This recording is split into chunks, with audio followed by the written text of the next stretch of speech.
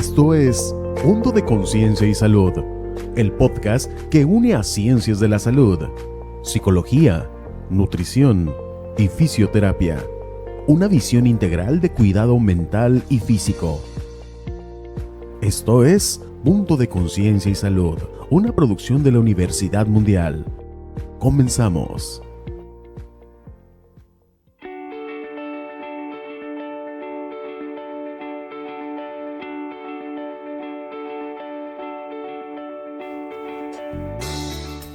Hola, ¿qué tal? Muy buenas tardes, bienvenidos a Punto de Conciencia y Salud, un espacio de la Universidad Mundial para reflexionar y aprender sobre temas que impactan directamente en nuestro bienestar físico, mental y emocional. El día de hoy tenemos sobre la mesa un tema delicado.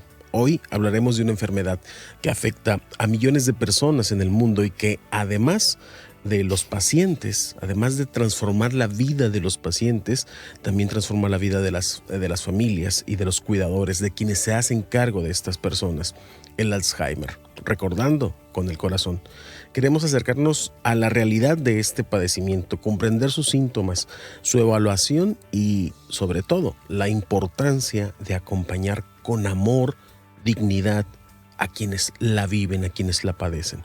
Para ello, el día de hoy nos acompaña el doctor Mauricio Rosales Méndez, doctor en psiquiatría, especialista en salud mental y gran conocedor de este tema. Doctor, muchísimas gracias por estar con nosotros, por acompañarnos y echarle luz a este tema. Muchas gracias por la invitación. Sí, es un tema importante. Bienvenido. Gracias.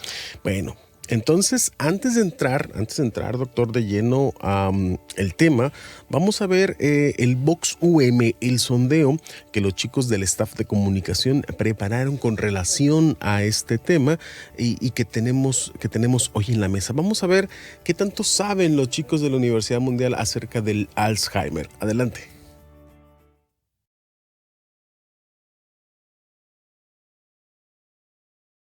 Hola, ¿qué tal? Soy Mariana Gras, estudiante de la carrera de Imagen y Relaciones Públicas. El día de hoy descubriremos si la comunidad estudiantil sabe acerca del Alzheimer, un trastorno mental que te cambia la vida. Acompáñenme. Estoy con Lía.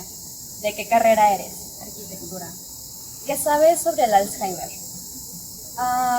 Pues que es una enfermedad que hace que la gente olvide las cosas.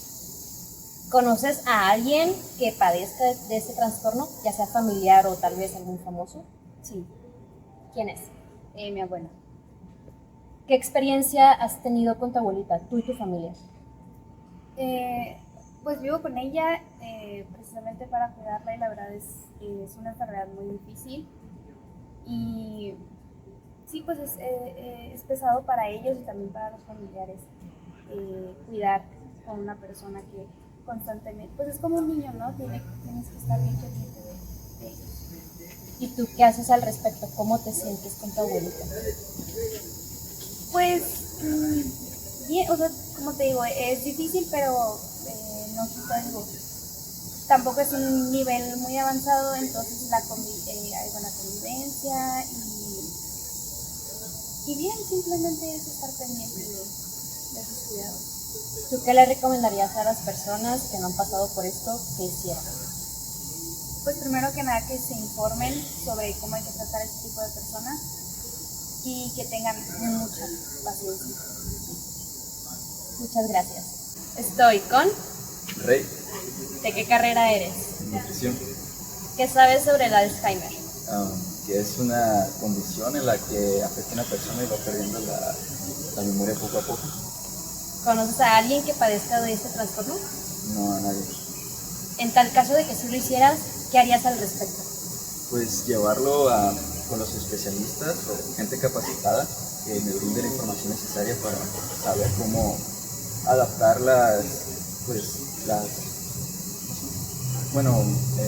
el ambiente a sus condiciones. Gracias. Estoy con Sebastián, ¿de qué carrera eres? de psicología. Ok. ¿Qué sabes acerca del Alzheimer? Bueno, es una enfermedad que afecta a la memoria. También es parte del neurodesarrollo. Esta enfermedad llega a afectar más que nada a las personas adultas y pues con el tiempo hace que olviden hacer como funciones motrices, hasta incluso una de las causas de la muerte del Alzheimer es que olvidan respirar. Además que puede llegar a ser genética y es todo. ¿Tienes algún familiar conocido o has conocido a alguien que no necesariamente esté ligado contigo que padezca de este trastorno? No. ¿Tú qué harías si alguien de tu familia o conocido sufre de este trastorno? Pues darle todo el apoyo que se merece, pues es algo difícil porque también está en duelo las emociones, porque que te olvide un ser querido es muy doloroso. Entonces estar ahí cada día presente y recordándole quién eres y pues apoyándole. Gracias.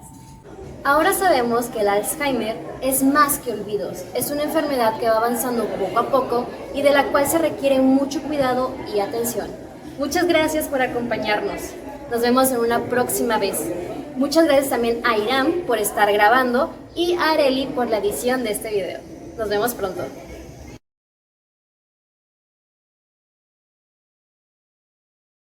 Ya estamos de regreso. Por ahí vimos. ¿Cómo los vio, doctor? ¿Cómo vio a los chicos? Muy interesante la forma en la que se expresan sobre el padecimiento. En realidad parecería que saben mucho, que han escuchado mucho hablar de esta enfermedad. Ok, al menos tenemos noción. Es correcto, sí. La verdad es que bastante atinados en sus comentarios.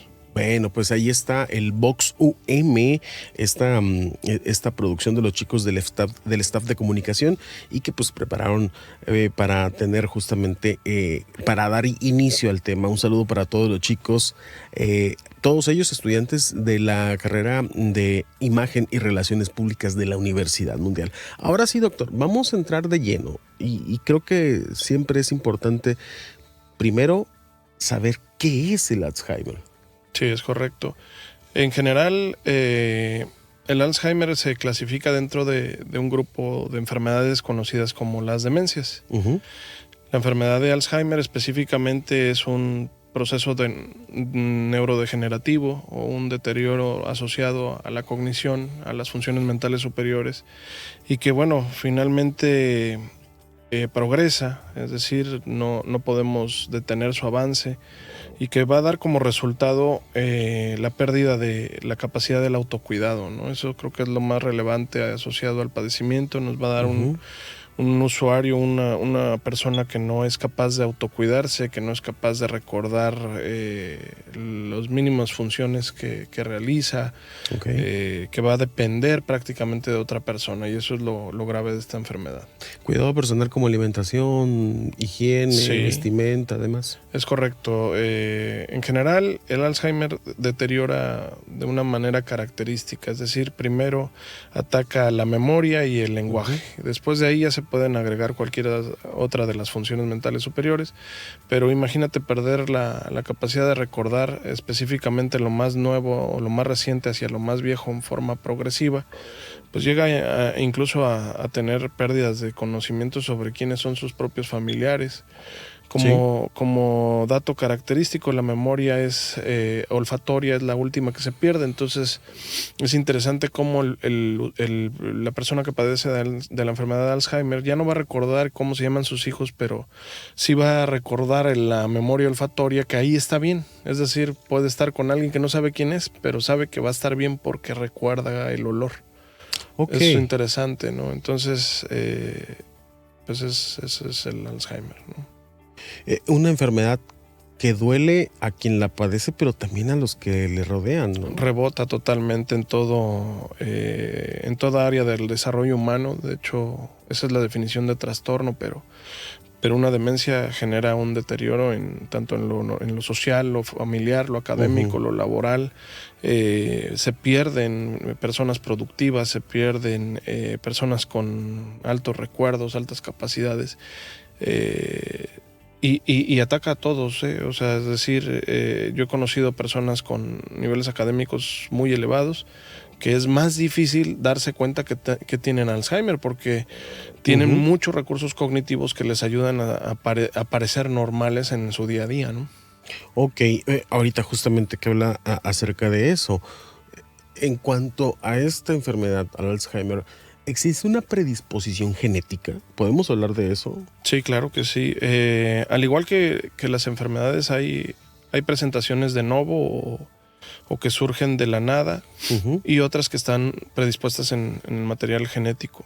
La enfermedad de Alzheimer puede tener un componente genético específicamente asociado a los genes APP, a la presenilina 1 y a la presenilina 2, así como la apolipoproteína. La apolipoproteína es una proteína interesante con la cual nacemos y que tiene que ver con el desarrollo humano desde tiempos del origen del ser humano, debido a que pues originalmente éramos nómadas, entonces necesitamos proteínas que transportaran alta cantidad calórica en ellas.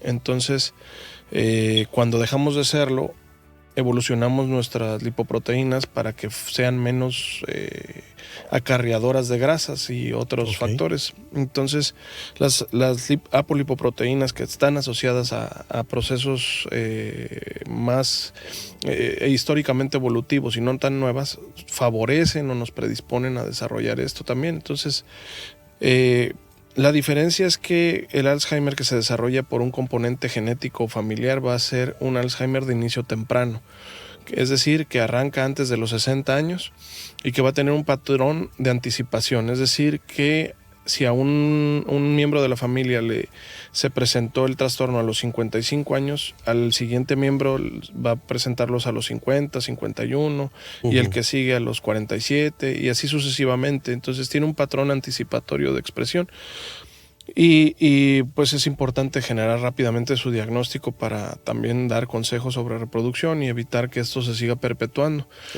Entonces sí, existen las variantes genéticas y las variantes adquiridas, que son más bien predispuestas por malos hábitos alimenticios, educativos, etcétera. De hecho, el principal componente del desarrollo de la enfermedad de Alzheimer a nivel de novo es un bajo nivel educativo. Ok. Esta preparación académica, entre más conocimiento adquiera la persona, es menor la tasa de que sufra, padezca. Es correcto. O sea, entre más estudiada esté una persona, más difícil va a ser alguien que desarrolle la enfermedad de Alzheimer. También, pues evidentemente, entre más sana sea, ¿no? Es decir, si no bebe, si no toma, si no se droga, si hace ejercicio, si come de manera sana o balanceada, si tiene un estilo de vida sano asociado a un alto desarrollo cognitivo, pues va a ser muy difícil que le dé la enfermedad de Alzheimer. Y de hecho, entre más tiempo esté aprendiendo cosas, son los famosos factores protectores, como por ejemplo aprender a bailar, aprender a tocar un instrumento, tener una reunión social semanal. Son algunos de los factores que nos protegen del desarrollo de la enfermedad de Alzheimer. Le iba a comentar acerca de eso. ¿Qué relación tiene, por allí, en algún momento escuché acerca de la relación que había entre el desarrollo de esta enfermedad y las desveladas? La gente que trabaja de noche. ¿Existe una relación? Sí. Finalmente entra dentro de los malos hábitos o higiene, en este caso del sueño. El no dormir es un factor muy importante en el desarrollo de la enfermedad de Alzheimer y también de algunas elementos llamados pseudodemencias, es decir, alguien puede presentar un síndrome demencial, es decir, las características propias de la demencia, sin embargo, deberse, por ejemplo, a una apnea del sueño, personas que no están durmiendo bien, que no descansan bien, y en cuanto le pones el CPAP para que deje de roncar, empieza a corregirse el nivel de oxigenación y puede incluso recobrar y dejar de tener ese síndrome demencial.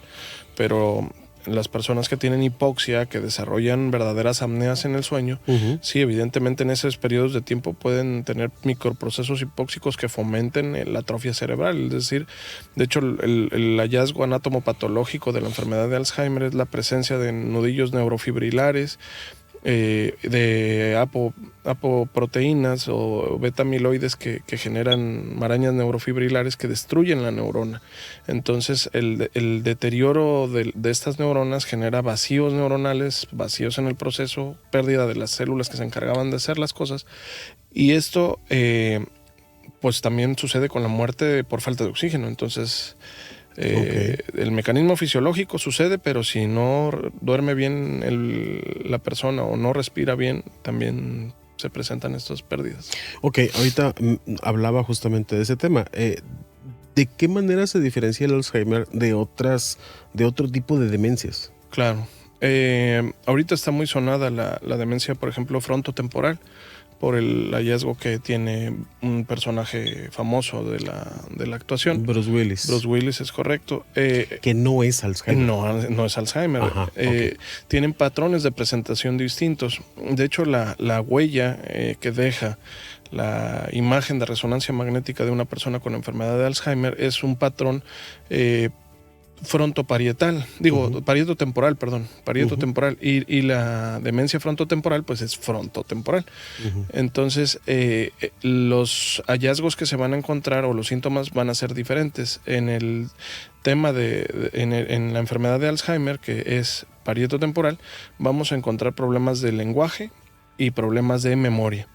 Y en las otras enfermedades, por ejemplo, la demencia frontotemporal, vamos a encontrar primero problemas del control de los impulsos, es decir, discriminar lo bueno, lo malo, generar problemas incluso de movimiento, problemas de la mirada conjugada, problemas de interpretaciones, en el cual el paciente puede tener comportamientos erráticos, errores de juicio mayores que en la enfermedad de Alzheimer. Y en la enfermedad de Alzheimer siempre vamos a ver eso, la presencia de olvidos benignos, ¿no? Donde dejé las llaves, donde dejé el celular, dejan las llaves del agua abiertas, dejan las llaves del gas prendidas. Son personas que empiezan a tener temores de que les estén robando las cosas, etcétera, ¿no? Es un patrón asociado a la memoria, y poco a poco empiezan a desarrollar este famoso síndrome de las palabras en la punta de la lengua, ¿no? Del pásame el eso que sirve para aquello, ¿no? Pero no saben nominar las cosas, ¿no? Empiezan a tener también problemas de olvidos de cómo hacer las cosas, de olvidos de cómo se llaman las cosas, incapacidad para reconocer los rostros, ¿no? Es algo que va progresando. Híjole, yo creo que ya nos puso a pensar a 2 que 3, porque creo que esta parte de dónde dejé tal cosa o a qué venía yo es algo bastante común. Sí. ¿Hay que asustarnos por este tema? Pues no asustarnos, pero sí ocuparnos, ¿no? La gran mayoría de estos síntomas obedecen a problemas de la atención.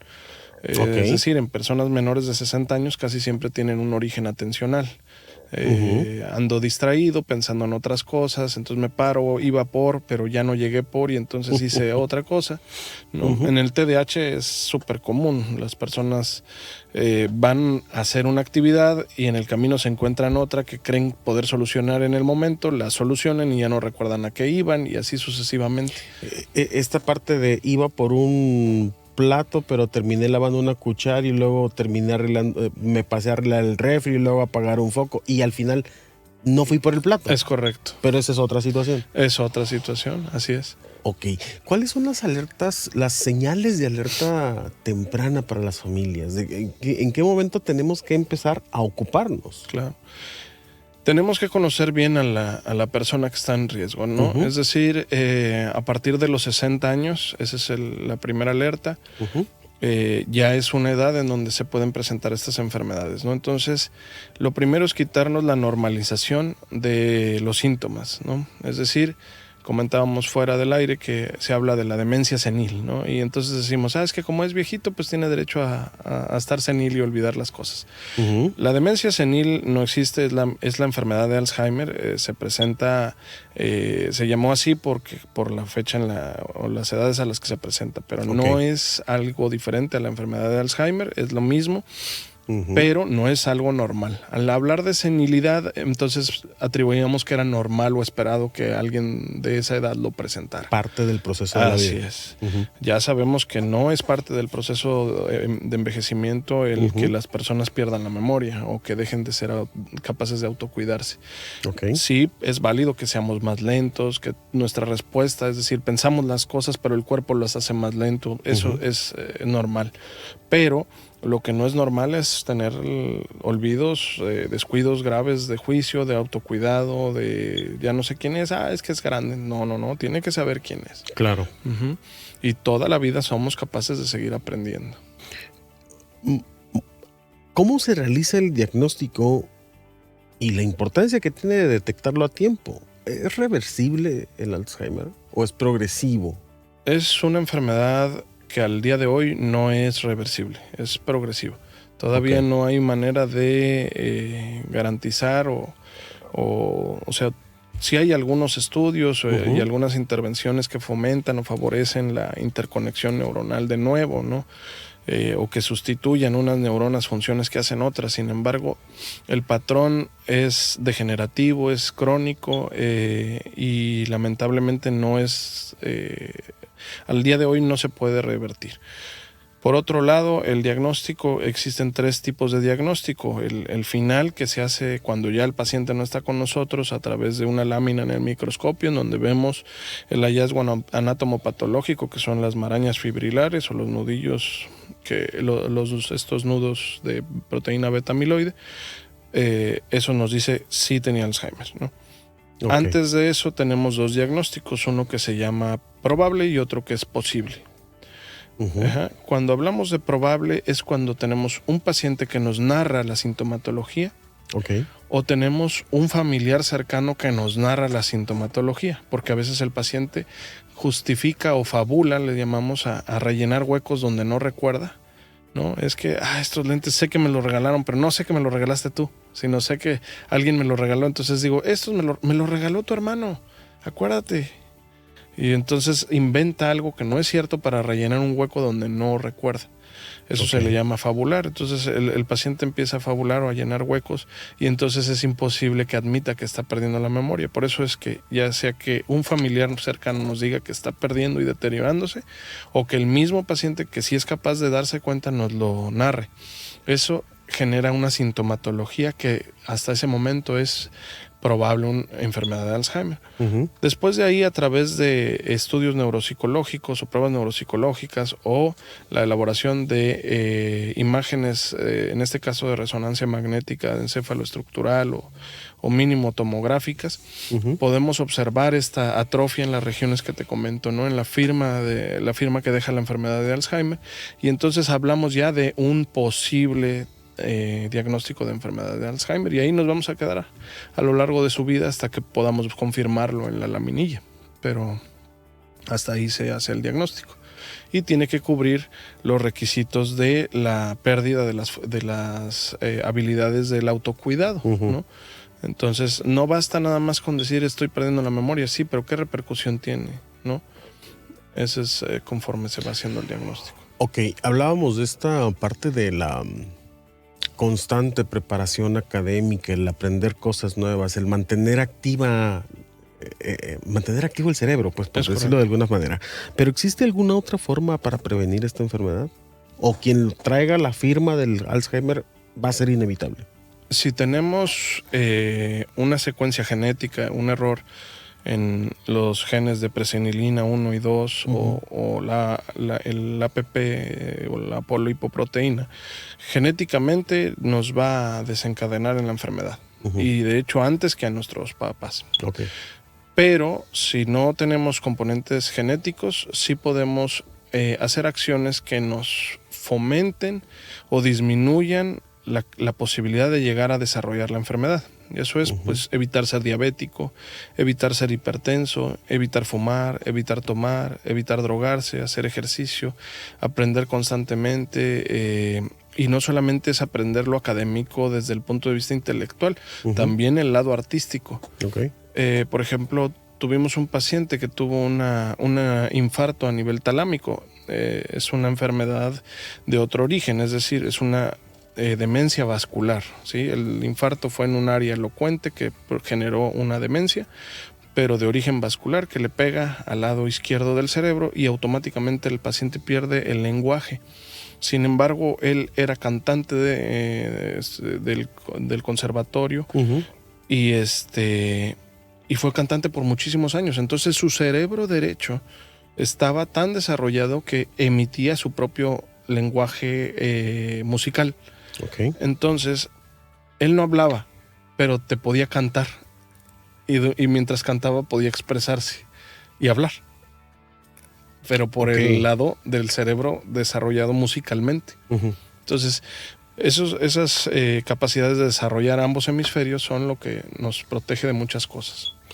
¿Qué desafíos se enfrentan los familiares y sobre todo a la persona que se dedica a cuidar a la persona con Alzheimer?